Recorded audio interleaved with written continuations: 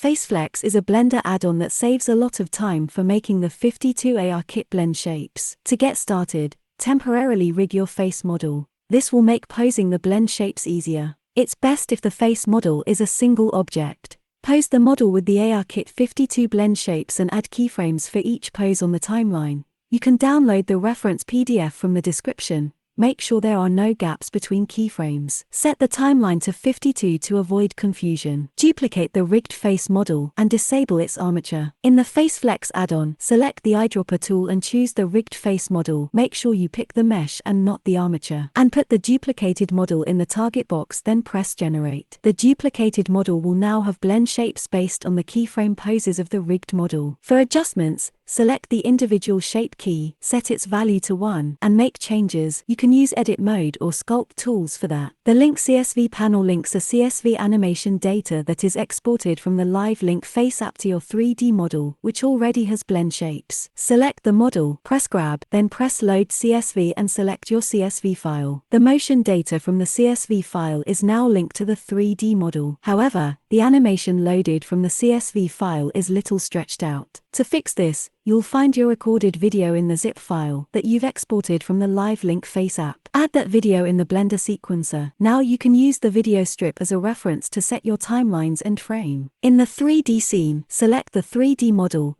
then go to your timeline editor and press A to select all the keyframes, and make sure that the viewer marker is on frame 1. Then still in the timeline editor, press S to scale the animation, and drag the mouse to the left. Now you can stretch the keyframes and align it with timeline. And now the animation will play in real time.